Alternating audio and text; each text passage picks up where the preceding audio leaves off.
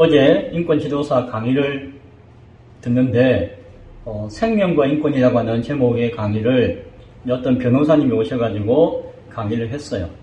듣는 가운데 재밌게 들었는데 하나 기억에 강하게 남는 게 있는데, 최근에 서울에서 봉고차 하나가 발견되었는데 그 봉고차에 애기들 시신이 봉고차 안에 가득 담겨져 있는 봉고차가 발견됐대요. 끔찍하죠? 요만한 애기들 사체가 그 차에 뭐 수십 수백 개가 다 갇힌 그 차가 발견된 거예요. 무슨 일인고 하고 알아보니까 딴 게 아니라 그 병원마다 낙태하는 아이들이 많아가지고 그 아이들을 수거하는 거예요.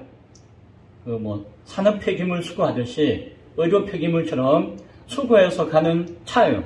그냥 무슨 범법차가 아니고 그냥 일하는 청소하는 차처럼 이 병원 가가지고 애기들 우르르 모아가지고 싣고 가고, 또 저 병원 가서 그 애기 시체를 모아가지고 싣고 가고 하는 그런 차였다라고 이야기를 해요. 이야기 중에 하나였는데, 그러면서 하는 이야기가 낙태가 엄청나게 많이 일어나고 있는데 최근에 더 많이 일어나고 있다. 낙태죄가 있을까요, 없을까요? 낙태죄 들어보셨어요? 낙태죄가 저는 없어졌다 뭐 그런 이야기 최근에 들어가지고 그거 없어지고 난 다음에 더 낙태가 많이 일어난다 뭐 그렇게 생각했는데, 사실은 낙태죄가 없어진 게 아니래요. 낙태죄가 있는데 이게 뭐 개인의 자유의 인권에 맞느냐 안 맞느냐 막 이런 이야기가 있어가지고 그 헌법재판소에서 이것은 위헌의 요소가 있기 때문에 법을 다시 수정 보완하라라는 판결이 나왔대요. 2019년도에. 그러면 뭐죠? 이 낙태를 해도 되는 게 아니라 그 하지 말라고 하는 법이 조금 이렇게 막 사람을 제한하는 게 있기 때문에 이걸 조금 더 유연하게 바꾸어서 법을 만들라라고 해서 현재 낙태죄에 대해서 이제 위헌적인 요소가 있다라고 판결을 했대요. 그러면 어떻게 해야 되죠? 그러니까 내년까지 2020년까지 법을 보완해서 다시 만드시오라고 하는 것이 헌법재판소의 판결이었는데, 그 이후에 국회의원들이 법을 안 만든 거예요. 안 만든 게 아니고 만들었는데, 법을 만들었는데 통과가 안 되고 있는 거예요. 그러면 어떡하죠?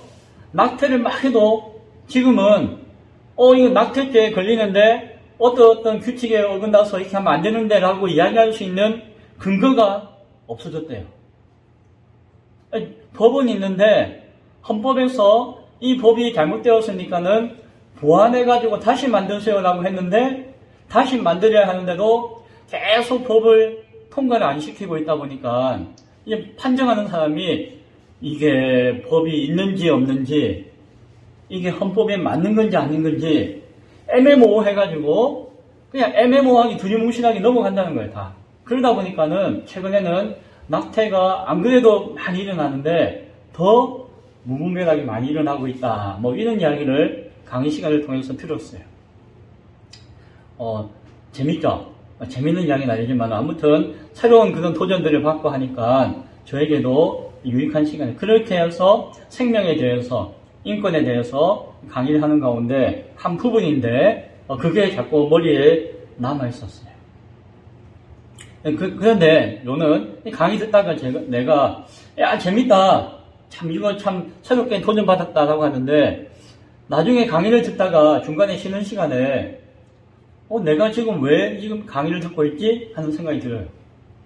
이 바쁜 토요일 오후에 이 서울 한가운데서 내가 지금 이 강의를 왜 듣고 있지? 진부 가서 주의 준비하고 해야 되는데 왜 듣고 있나 하는 생각을 잠시 했어요. 인권 지도사가 되기 위해서, 인권 지도사 되면 뭐 하지? 그런 생각을 했어요. 그러다가 또 내가 몇 년 전에 사회복지사 자격증을 막 준비해가지고 땄는데 그거 왜 했지? 그런 생각이 드는 거예요.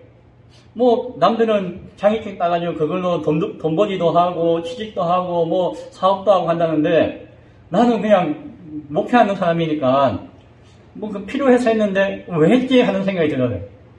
나중에 지나니까 내가 한 십몇 년 고생해가지고 박사학위를 땄는데 박사학위 왜 땄지? 지금 이제 강의도 안 나와. 이번 학기부터 강의도 안 나와. 그나마 강의도 나오고 있는데 이제 강의도 안 나가는데 나 목회하고 하는데 기쁨의 교회 섬기는데 박사학위가 무슨 의미가 있나? 내가 왜 고생해서 왜 땄지? 이런 생각이 들어요. 나중에는 내가 목사가 왜 됐지? 하나님 은혜 받고 그냥 구원의 감격을 기쁘며 막 살면 되는데 왜 내가 굳이 목사가 돼가지고 막 이렇게 뭐 교회도 세우고 뭐 이렇게 하고 있나? 그런 생각까지 막 드는 거야. 혼자 앉아가지고 공부하기가 싫었나 봐요. 아무튼 그런 생각을 한참 했었어요. 어제 오늘 설교를 통해 가지고 그런 질문들에 대한 답을 한번 스스로에게 주는, 함께 그 답을 한번 나눌 수 있는 그런 시간이 되었으면 합니다. 서론이 길었네요. 오늘 본문을 묵상하는 가운데 마음에 탁 걸렸던 것이 있어요. 그리고 머리에 탁 걸려가지고 이게 슉 하고 지나가야지 그 다음에 슉 지나가고 슉슉 지나가는데 하나가 탁 걸리면은 이 똥차가 앞에 콱 막혀있으면 뒤에 차들이 안 나가잖아요. 이게 생각이 탁 막히니까 다른 생각이 안 나는 거예요. 뭔가 하니 오늘 본문에서 그리스도의 남은 고난이라고 하는 말이 있는데 이게 뭐지? 라고 하는 생각이 드는 거예요. 그리스도의 남은 고난을 내 몸에 채운다? 그러면은 그리스도의 고난이라고 하면 십자가의 고난을 이야기하는데 예수님의 십자가의 고난이 뭐 부족하다는 이야기인가? 여기 남았다라고 하는 것은 결핍되었다, 부족하다는 뜻인데 예수님이 당하신 고난이 부족했나? 그래서 뭔가 좀 더 뭐 남은 게 더 보완해야 되는 것이 있나? 그건 아니에요. 왜? 예수님의 십자가는 완전한 것이기 때문에. 그 십자가의 고난의 공로는 우리 모두를 구원하시기에 완전하고 온전한 것이기 때문에 그것이 부족한 것이다, 이런 의미는 아니에요. 그건 아니다. 그러면은 예수님을 위해서 바울이 우리가 당해야 되는 고난이 아직 부족하다는 이야기인가? 예수 믿는 사람이 당해야 되는 고난이 아직도 좀 많이 남아있다는 이야기인가? 그런데 지금 바울은 지금 어떤 상황이었죠? 감옥에 갇혀있잖아요. 뭐 때문에? 예수님 복음 전하다가 몇 년 동안 갇혀있다가 멀리 로마까지 와가지고 또 갇혀있잖아요. 지금 바울이 예수님 때문에 예수님의 고난에 동참하는 마음으로 그 사역의 현장 가운데서 고난받고 있는데 뭐 또 남은 고난이 또 있는가? 참 너무 부담스럽고 억울한 거 아닌가? 그런 생각이 들기도 했어요. 한편으로는 바울이 아무리 고난을 당한다 할지라도 사람이 아무리 고난을 더하고 한다 할지라도 그 예수님의 고난 앞에 그것을 온전히 하는데 뭐 조금이라도 도움이 될까? 예수님의 그 십자가의 고난이 사람이 무슨 고난을 더한다 해가지고 그것이 좀 더 온전해지는 것인가? 그것도 아니에요. 그렇죠. 앞서 예수님의 십자가 고난은 완전한 성취라고 했으니까 인간의 고난을 더해가지고 인간이 남은 걸 좀 더 더해가지고 먼저 온전하게 된다, 이것도 아닌 거예요. 예수님이 고난이 부족한 것도 이건 말이 안 되는, 이거 아니고, 그렇다고 해서 인간의 고난을 뭐 더해가지고 또 보완한다, 이것도 말이 안 되는 거예요. 그래서 저 생각했죠. 예전에 내가 이걸 어떻게 이해하고 있었지? 이것을 계속 고민했던 시간이 있었어요. 몇 시간 동안 고민해서 덮었다가 또 생각했는데 또 뭔가 생각하기도 하고. 그런데 오늘 24절 말씀이 똑같은 이야기가 반복해서 나오는 것을 한번 보았는데, 나는 이제 너희를 위하여 받는 괴로움을 기뻐하고 그리스도의 남은 고난을 그의 몸된 교회를 위하여 내 육체에 채우노라 라고 하는데, 이게 뭐 다른 이야기를 길게 하는 것이 아니고 똑같은 이야기를 반복하고 있다는 것을 새롭게 보았어요. 뭡니까? 너희를 위하여. 여기서 너희는 누굴까요? 주의 몸된 교회를 위하여. 뒤에 밑에 나와 있는 교회를 위하여. 몸된 교회를 위하여. 괴로움이 뭘까요? 남은 고난을. 받는 그것은 뭘까요? 내 육체에 채운다. 그래서 바울이 이야기하는 것은 그리스도의 남은 고난을 내 육체에 교회를 위해서 채운다라고 막 무슨 거창하게 막 표현했는데 이것을 또 간단하게 이야기하면은 너희를 위해서 내가 괴로움을 받는 것을 기뻐한다. 이 의미로 압축해서 생각할 수도 있겠구나라는 생각을 하게 되었어요. 다시 한번 생각하는 것은 교회를 위해서 이 땅에서 살면서 수고하고 애쓰는 것이 필요하다. 그것은 예수님의 그 십자가의 고난에 동참하는 것과 같은 의미다라고 하는 것을 생각하게 되었어요.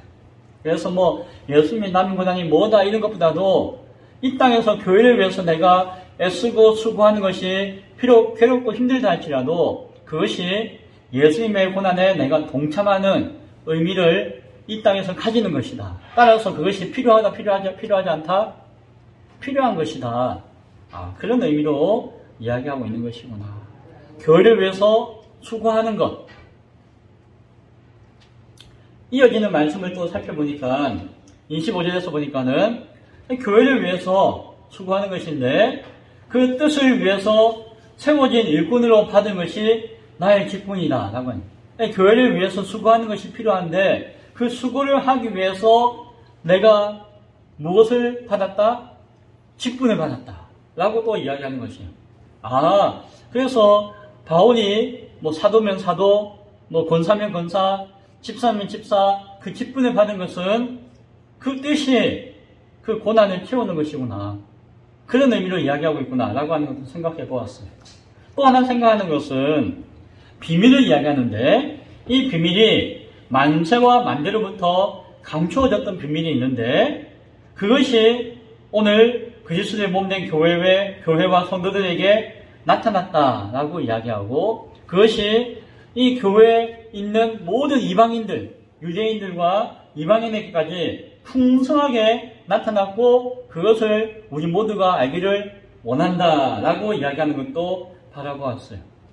그래서 이 그리스도의 남은 고난을 채우는 것, 수고하는 것이 감추어진 비밀의 의미를 가지고 있다라고 하는 것도 생각하게 되었어요. 생각하다 보니까 좀 복잡해졌는데, 과연 이것은 무엇일까요? 이 땅에서 주를 위해 수고하는 것. 직분의 의미, 직분에 가져서 일하는 일꾼으로서의 가치와 의미, 감추어진 비밀이라고 표현할 수 있는 이것은 무엇일까요? 저는 이것을 고민하고 답을 얻는 것이 무엇인가 하니 화목입니다. 화목. 지난주 말씀 기억하세요? 자연스럽게 지난주 말씀으로 이어지게 될 것이에요. 예수님께서 속죄 제사의 제문이 되셨고 동시에 화목 제사의 제문이 되셨다라고 말씀드렸죠. 예수 그리스도의 속죄, 속량, 대속의 은혜는 무엇을 이루기 위한 것이다 라고 이야기했죠? 화목을 이루기 위한 것이다 라고 지난주에 나누었습니다. 그 화목이라고 하는 것은 그냥 쉽게 이야기해서 서로 마음을 편안하게 통함으로 말미암아 즐거워하는 것, 그냥 관계 정도가 아니라 성경에서 이야기할 때의 그 화목은 22절에서 이야기하고 있던 것과 같이 거룩하고 흠없고 책망할 것이 없는 자로 세우는 것, 그것을 화목이다라고 말씀하고 있다는 것도 우리가 지난주에 나누었어요. 예수 그리스도 안에서 거룩하고 흠없고 책망할 것이 없는 자로 세워지는 그것이 그 사람이 무엇이다? 아버지 하나님과 화목의 관계에 있는 모습이다 라고 이야기한 것이, 예수님의 십자가의 죽으심으로 이루시고자 하는 뜻은 무엇이다? 인간의 모든 죄를 사하는 속죄를 통하여서 그걸로 끝나는 것이 아니라 화목에 이르는, 화목한 관계에 이르는 자로서 우리를 교회를 세우기 위한 것이 십자가 죽으심의 고난의 뜻이었다라고 하는 것도 생각해 보았죠. 그래서 예수님의 십자가에 당하신 고난은 한편으로는 속죄의 고난이고 또 한편으로는 화목의 고난이다라고 말해 볼 수도 있는 것이에요. 속죄의 고난이자 화목의 고난. 예수님의 십자가의 고난이. 그래서 예수의 몸인 교회가, 그리스도의 몸된 교회가 온전해지기 위해서는 속죄의 고난에 머물지 말고 화목의 고난까지 바라보아야 한다는 것이죠. 저는 그래서 바울이 지금 그리스도의 남은 고난이라고 표현하는 것이 무엇인고 할 때에 이것이구나. 속죄의 고난 가운데 머무는 것이 아니라 무엇으로 어찌 보면 남았다고 표현하는, 더욱더 나아가서 완성을 향해 미래적으로 지향해 나가야 하는 고난, 무슨 고난? 화목의 고난을 말씀하는 것이구나 라는 생각을 하게 되었어요. 나도 그렇게 정리. 그래서 수고하고 애써서 힘써서 그리스도의 고난에 동참하는 것은 무엇이다? 화목의 일을 이루어야 하는 것. 그리고 그 화목의 고난을 위한 교회의 일꾼, 복음의 일꾼으로서 세워진 것이 무엇이다? 그 직분이야. 직분. 직분의 의미는 뭐다?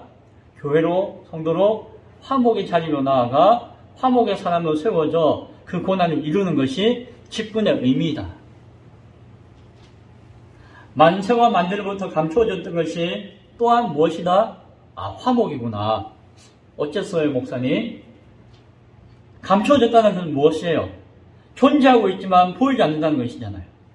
하나님과 인간의 관계 가운데 그 죄의 담으로 말미암아, 죄의 골짜기로 말미암아 막혀지고 끊어졌기 때문에 그 죄로 말미암아 하나님과 인간이 화목하지 못한 것이었어요. 인간과 하나님이 서로 화목한다는 것은 무엇과 같이 되었다? 존재하지만 보이지 않는 감추어진 비밀과 같이 되었다는 것입니다. 그러나 예수 그리스도의 그 피의 공로로 말미암아 죄라고 하는 담이 무너지고 죄라고 하는 골짜기가 다리로 이어짐으로 말미암아 우리는 감추어졌던 비밀이라고 할 수 있는 그 화목의 가치를 새롭게 바라볼 수 있는 소망이 생겼다는 것이죠. 그래서 감추어진 비밀이라고 표현하는 것이 또한 화목을 이야기하는 것이구나 라고 정리하게 되었습니다. 이 하나님과의 화목은 유대인들만 이루어지는 것이 아니라 누구에게 이르기까지?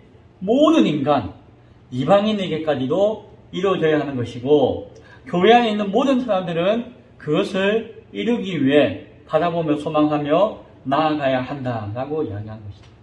그런데 이 화목이 뭐라고요? 22절에 거룩하고 흠없고 책망할 것이 없는 자로 세워지는 것.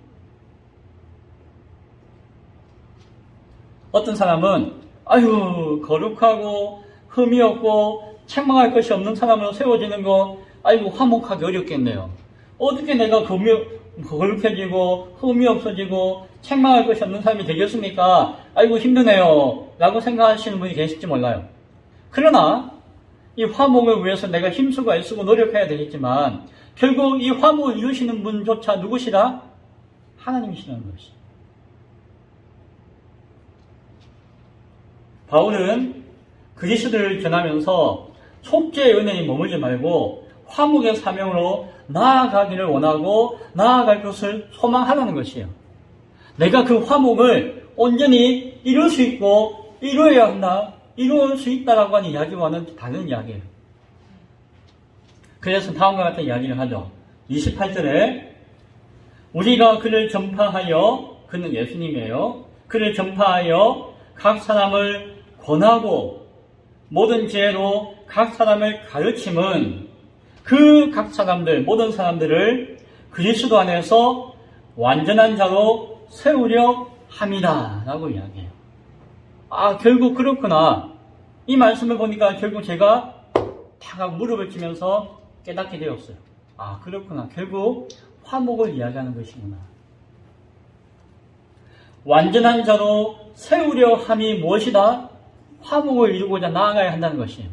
이것이 앞서 22절에 정의했던 내용과 같잖아요. 어떤 것이죠? 거룩하고 흠없고 책망할 것이 없는 자로 세우는 것. 그것이 또 다른 말로 완전한 자로 세우는 것. 그것이 오늘 사도 바울이 그리스도의 남은 고난을 내 몸의 체험을 통해서 얻고자 하는 것이다 라고 하는 것을 바라보게 되어집니다. 바울이 직분을 통해서 사명을 통해서 그리스도의 남은 고난을 자신의 몸에 채우는 것, 그것은 속량받아 그의 몸된 교회가 하나님과 화목된 존재로 세워지기를 위해서 수고하는 것을 말하는 것입니다. 그래서 그것을 어떻게 하라고요? 권면해야 된다는 것이죠. 그것을 지혜로서 가르쳐야 한다라고 바울은 이야기합니다. 완전한 자로 세운다는 것은 거룩하고 흠없고 책망할 것이 없는 자로 세운다는 것과 같고 그 화목을 이루는 것이고 그것이 그리스도의 남은 고난을 체험으로 말미암아 행하고자 하는 의미이고 목표다라고 하는 것을 오늘 말씀을 우리에게 해주고 있는 것이죠. 여기서 오해해서 안 되는 것이 있다고 했죠. 이 화목이 완전한 자가 되는 것이 아니라는 것이에요. 완전한 자로 세우는 것이에요. 자, 그러니까 뭡니까? 완전한 자로 세운다는 것은 아직은 완전한 자가 이루어지지 못했기 때문에 완전한 자로 세우는 것이에요. 흠없고 거룩하고 책망할 것이 없는 자로 세우는 것이다라고 할 때 그것은 아직은 거룩하고 흠없고 책망할 것이 없는 자가 못 되기 때문에 그것을 소망을 가지고 사명을 가지고 그것을 위해서 애쓰고 힘써서 세워가야 하는 것이다라고 이야기하는 것이고 하나님과의 화목은 속죄받는 자에게 주어지는 하나의 의무이지만 동시에 그를 향해 나아갈 수 있는 권리다라는 사실도 말씀해주고 있는 것입니다. 따라서 때로는 괴롭기도 하고 힘들기도 하고 수고롭기도 하고 고난에 동참하는 어려움이 있기도 하지만 우리가 감당해야 하고 감당할 수 있는 것입니다. 바울이 스스로 완전하기 때문에 교회와 성도를 완전한 자로 세운다라고 이야기하잖아요. 바울이 여전히 고백하는 것은 그것이에요. 29절 이를 위하여 나도 내 속에서 능력으로 역사하시는 이 우리 안에서 능력으로 역사하시는 이가 누구시죠? 성령님. 이 성령님의 역사를 따라서 힘을 다하여 수고한다라고 이야기해요. 바울이 완전한 자로 세운다, 흠없는 자로 세워야 하는 것, 화목이라고 제가 말씀드렸지만 이것을 내가 힘쓰고 애쓰고 노력하지만 내가 할 수 있는 것이다 라고 하지 않아요. 바울도. 자신도 완전하지 않고 자신도 혼자 할 수 있는 것이 아니라 내 안에서 능력으로 역사하시는 성령님의 그 일하심을 따라서 내가 힘을 다하여 수고한다라고 고백하는 것이에요. 결국 하나님과 화목을 이루는 것, 거룩하고 흠없고 책망할 것이 없는 자로 세우는 것, 각 사람을 그리스도 안에서 완전한 자로 세운다고 하는 것, 그것은 완성형이 아니라 진행형이라고 하는 것이에요. 그게 머물러서 있을 수 있는 것이 아니라 소망을 품고 나아가야 하는 것이에요. 완성이 여기까지 나아가면은 여기 머물러도 돼요.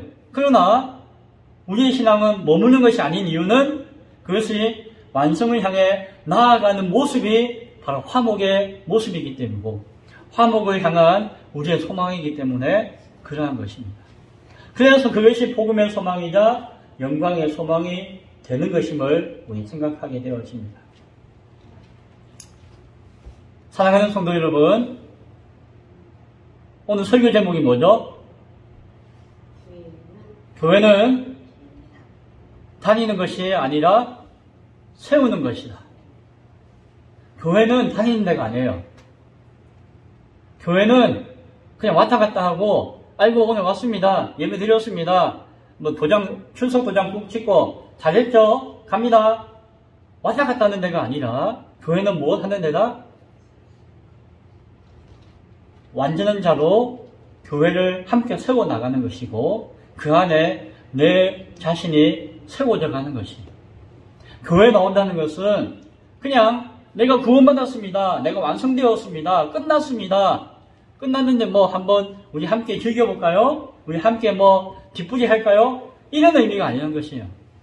그것은 화목을 위한 전제일 뿐이고, 교회에 나오는 것은 하나님 앞에서 예배를 통하여, 찬양을 통하여, 기도를 통하여, 말씀을 통하여서 내 자신을 세워가는 것이에요. 하나님 앞에 화목한 자로서 세워져 나아가는 것이에요. 성령님의 그 역사 도우심을 쫓아서 그 도우심을 바라보며 소망하며 힘을 다해 애써서 수고하며 나아가는 것이에요. 그리스도의 그 고난을, 남겨진 고난을 채워가는 것이에요.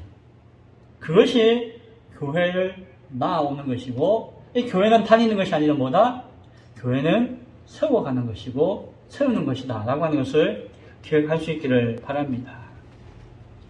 속죄는 완성되었지만 화목은 계속 세워져 가는 것이에요. 그것이 교회를 세우는 사명이에요. 교회를 세우는 사명이에요.